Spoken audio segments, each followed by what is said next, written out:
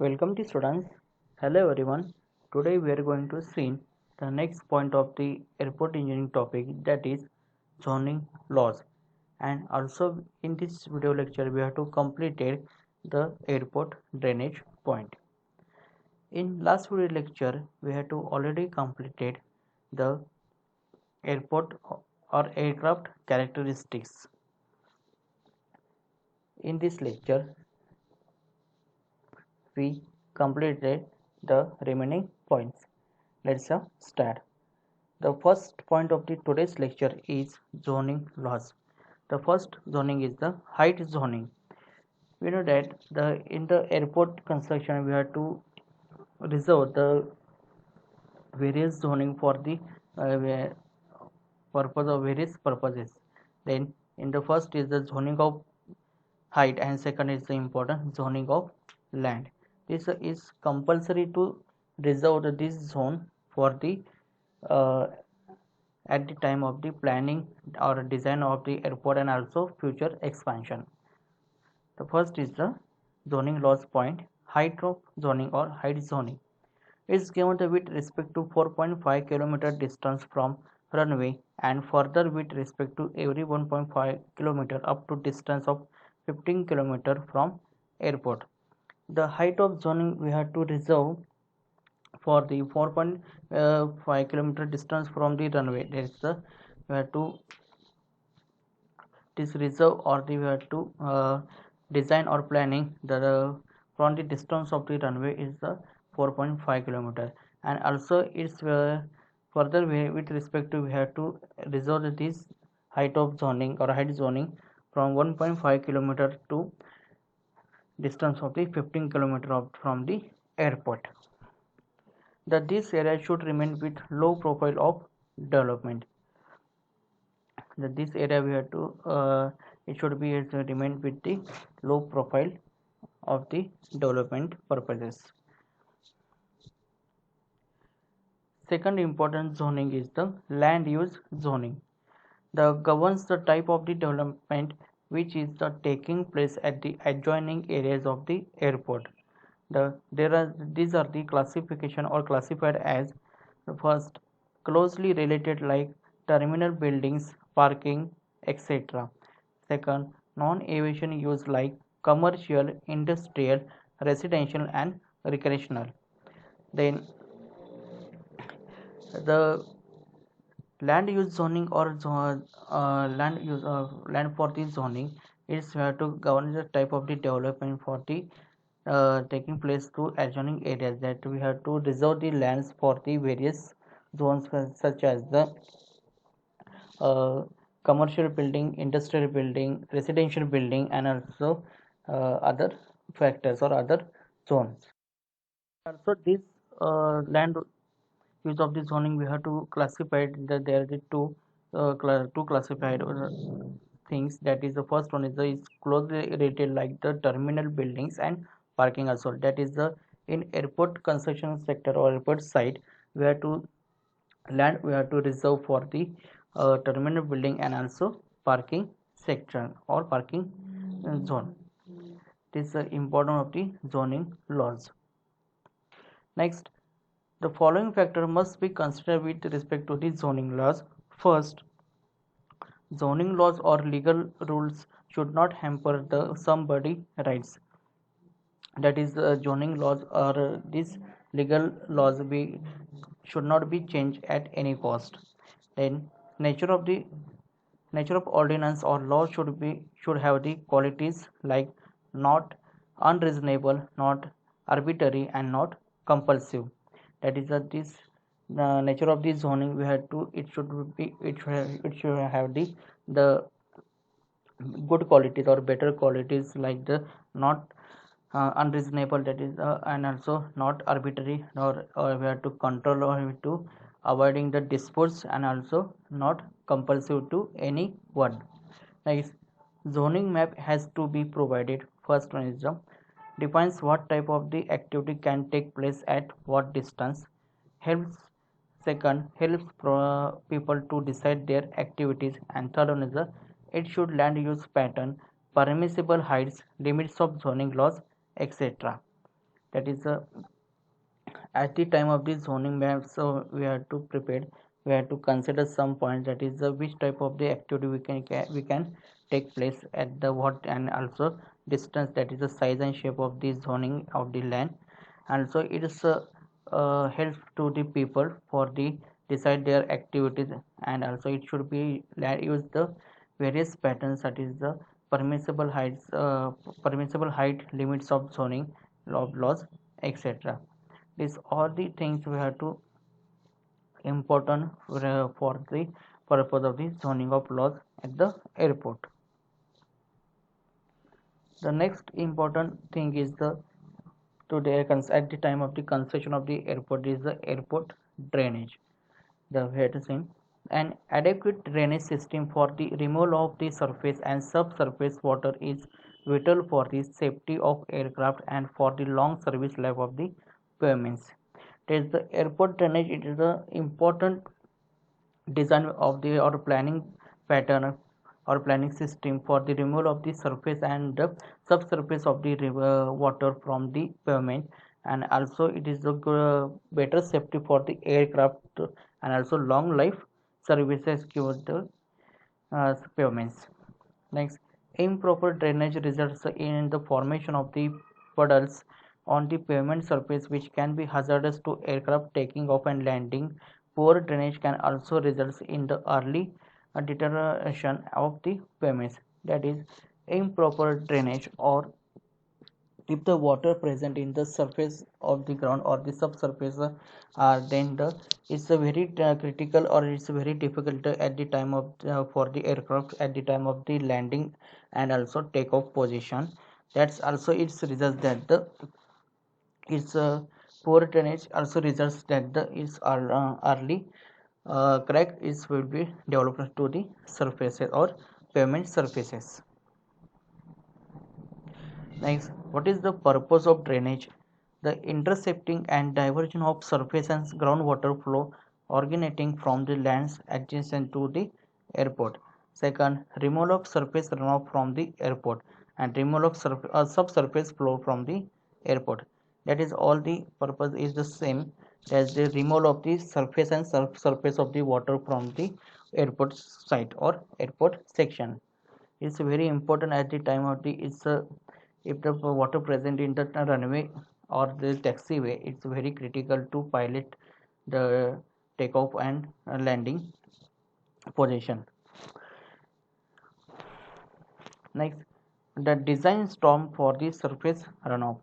The Federal Aviation Administration recommends that for the civil airports, the drainage system be designed for the storm whose probability of the occurrence in once in 5 years. The drainage system for the military airfield is based on a 2 years storm frequency. That it is design, we have to designing the storm for the surface runoff. You have to divide into two parts. For this, first is a civil airport and second one is the military airports or military airfields. For this civil airport, we have to drainage system, we have to designing for the storm whose probably occurrence or whose probably runoff the once in the 5 years. And also in the drainage system for the military purpose or military airfields is based on the 2 years for the storm frequency. Next, the FFA adopts the following formula for the calculation of the amount of runoff. That is the Q is equal to CIA. That is the Q is equal, it is nothing but the Q is nothing but the runoff from the drainage basin at in foot per second. C is nothing but the ratio of runoff to rainfall, that is the coefficient of runoff. Next, I is the rainfall intensity, that is inch per hour, and A is nothing but the drainage area in the acres. As per the FFA class organization, the formula we have to creating for the calculating the amount of the runoff, that is the Q is equal to C into I into A. That is the Q is the runoff from the drainage basin. C is the nothing but the coefficient of the runoff. I is the rainfall intensity, and A is the drainage area in the acres. It's very important for the time of the design of the airport drainage. Next is having the calculate to discharge to be handled. The pipe's diameter is determined. The pipes used are the perforated metal, concrete, or on the vitrified clay. The pipes are usually 6-inch diameter with the minimum recommended slope of the 0.15%. For cleaning and inspection, manholes and risers are often installed along the drains. It is also recommended that the manhole be placed at intervals not more than 1000 feet with the one riser midway between the manholes. That is for the calculating or the we have for the purpose of the drainage discharge of the water or discharge of the surface and subsurface water. We have to using the various types of the pipe diameter in the airport system. The generally these pipes we have to using for the material of the concrete or metal and the vitrified clay, and also this size of the or diameter of the pipe is just 6 inch with the minimum recommended slope of the 0.15%.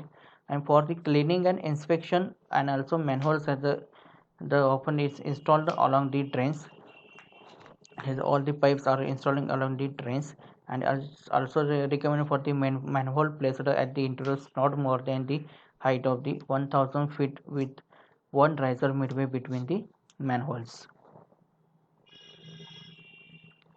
Next is the first type is the surface drainage. The water from discharge area is collected into the storm drain by means of the inlets.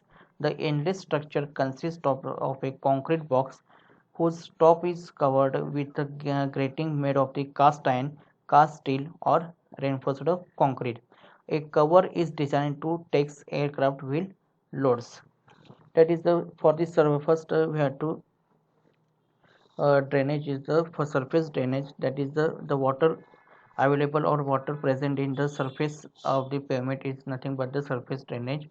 And that is this this storm of the water we have to drain by the means of the inlet, and these inlets we have to structure with the various material consist that is a concrete box or the hose, the whose top of the covered with the made of the cast iron or the cast steel or the reinforced concrete. That is we have to endless we have to construction in the concrete box, but it is covered with the either the cast iron or this cast steel or the reinforced concrete, but its cover is designed or we have to planning to take the aircraft wheel loads. That is at the time of the aircraft is moving or you have to travel at the top of the inlet, you have to take on the aircraft wheel load is the minimum requirement of the covering or top covered of the inlet. Next, the grade of the storm drain should be such as to maintain the minimum velocity of 2.5 feet per second self-cleaning velocity. The diameter of the surface drains should not be less than 12 inches. The design should be such that the entire quantity of surface runoff should be removed in 1 to 2 hours following the rainstorm. That is the design of this surface drainage is the as the minimum requirement of the it's available of the surface runoff is it should be removed from the at least 1 to 2 hours from the rainstorm or the following rainstorm. This is the surface drainage all the points.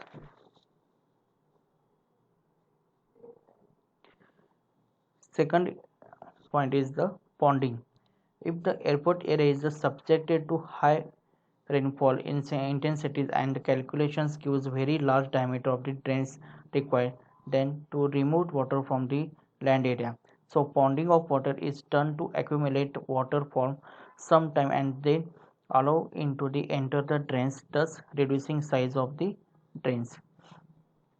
The ponding we have to construct it or we have to design at where it is a high intensity or high rainfall is the present in the airport section or airport side, because the high intensity rainfall is the calculation the given the it's we have to require the very large diameter of the drain's pipe, and so is required to remove the water from the surface of the area or surface of the pavement. And so ponding of the water is the help to determine the water from the sometime, and also it's allowed to the enter the drains. Thus we have to reducing the size of the drains or size of the pipelines, and water is collected in the catch basin and carried away by storm sewer.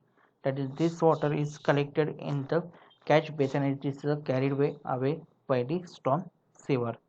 This is a very helpful at where it is the high rainfall intensity is present. The ponding is where to design and constructed. Next important point is the subsurface drainage. Then remove water from base course. First, remove water from the subgrade beneath a pavement and intercept, collect, and remove water flowing from the springs and previous strata. Base drainage is usually required for the where first action occurs on the subgrade beneath a pavement, where the groundwater is expected to rise to level of the base course. The subsurface drainage we have to construction or design with the various purpose. The first important function is the subsurface drainage is the removing water from this base course or this subsurface course.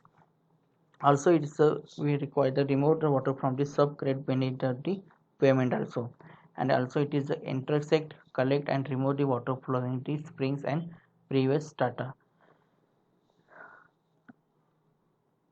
And also this subsurface drainage function is where the frost action is occurs, then subgrade beneath is the pavement, and where the groundwater is expected to rise to the level of the base course.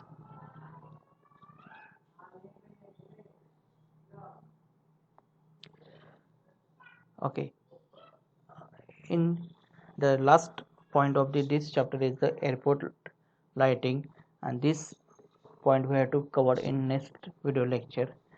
Now we have to stop here. The next video lecture we have to see the last point of this topic. Thank you so much.